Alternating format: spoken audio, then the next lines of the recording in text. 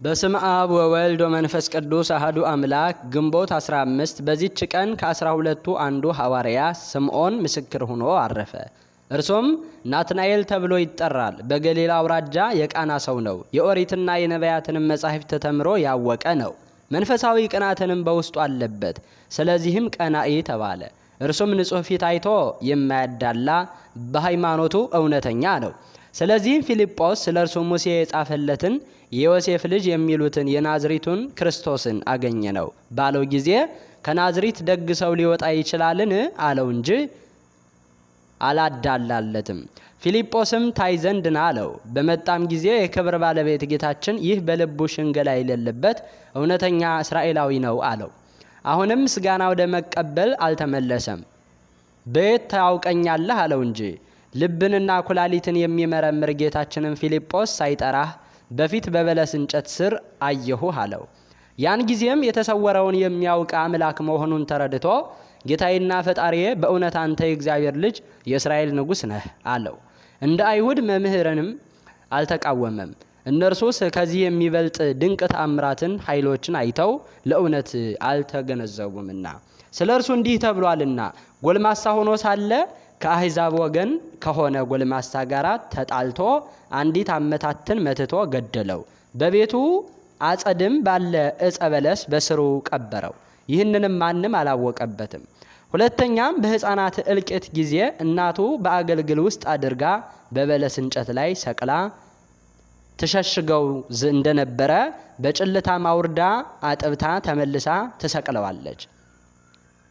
የመከራውም ጊዜ ጸጥ እስካለ ድረስ እንዲህ ታደርግ ነበረ። መድኃኒታችንም በምልክት ከእርሱ የሆነውን በገለጠለት ጊዜ የተሰወረውን የሚያውቅ ሁሉንም የሚመረምር በእውነት የእግዚአብሔር ልጅ እንደሆነ ተረዳ። ያን ጊዜ ራሱን ዝቅ አድርጎ ለመድኃኒታችን ተገዛለት። ከዚያች ሰዓት ጀምሮ ተከተለው። ከ12ቱ ሐዋርያትም ጋር ተቆጠረ። አጽናኝ ሆነ። የመንፈስ ቅዱስን ጸጋ በተቀበለ ጊዜ የሀገሩ ሁሉ ቋንቋ ተገለጠለት። መለኮታዊ ምስጢርንም አወቀ።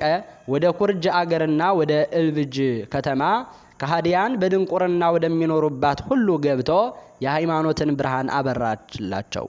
ከተራ አዋቂዎችና ከሰነፎችም ብዙዎቹን መልሶ በክብር ባለቤት ክርስቶስ ሃይማኖት ልባቸውን አበራላቸው። የክርስትና ጥምቀትንም አጥምቆ ነጣቂዎች ተኩላ የነበሩትን የዋሃን በጎች አደረጋቸው። ሁለተኛም ወደ ሌሎች ከሃዲያን አገሮች ወደ በራንጥያ ደሴትም ሂዶ በውስጣቸው እስከ ሰበከ። ይዘውም ጽኑ ስቃይን አሰቃዩት። እርሱ ግን ኃይልንና ብርታትን ተጨመረ። በእግዚአብሔር ኃይል ሙታንን አስነሳ። እንዲያጠምቃቸውም ለመኑት። የክርስትና ጥምቀትንም አጠመቃቸው። ብዙ ዘመን ኖረ። ከዚያ በኋላ ከሃዲያን ይዘው በእንጨት ላይ ሰቀሉት። በዚህም ምስክርነቱን ፈጽሞ ከወንዶቹ ሐዋርያት ጋራ ከወንድሞቹ ሐዋርያትም ጋራ የማይጠፋ መንግስትን ወረሰ። ለእግዚአብሔር ምስጋና ይሁን። እኛንም በከበረ ሐዋርያ ጸሎት ይማረን። ለሁላችንም የክርስቲያን ወገኖች በረከቱ ትድረሰን ለዘላለሙ አሜን። በዚህችም ቀን በላይኛው ግብጽ ውስጥ በደንደራ ከተማ 400 ሰዎች በሰማዕትነት ሞቱ። ብዙ ስቃይንም ሲያሰቃዩቸው ከኖሩ በኋላ የምስክርነታቸው ፍጻሜ በዲዮቅልጥያኖስ ዘመነ መንግስት መጨረሻ ራስን በመቆረጥ ሆነ። በረከታቸው ከኛ ጋር ለዘላለም ትኖር አሜን። በዚህችም ዕለት የባህታውያን ሚናስ ዲቁና የአባ ሀርበጥላክና ሰማዕታት የሆኑ የኤስድሮስም ማህበር የሆኑ ቀርጢኖስና ሚስቱ መታሰቢያቸው ነው። በረከታቸው ከኛ ጋር ትኖር ለዘላለም አሜን።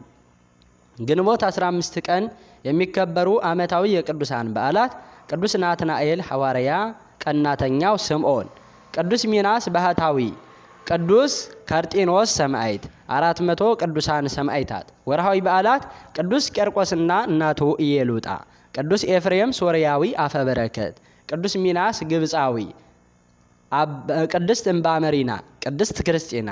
ጌታ ኢየሱስ ናትናኤልን ወደ እርሱ ሲመጣ አይቶ ስለ እርሱ ተንኮል የሌለበት በእውነት የእስራኤል ሰው እንሆ አለ። ናትናኤልም ከወዴት ታውቀኛለህ አለው። ጌታ ኢየሱስም መልሶ በፊልጶስ ሳይጠራህ ከበለስ በታች ሳለ አየሁህ አለው።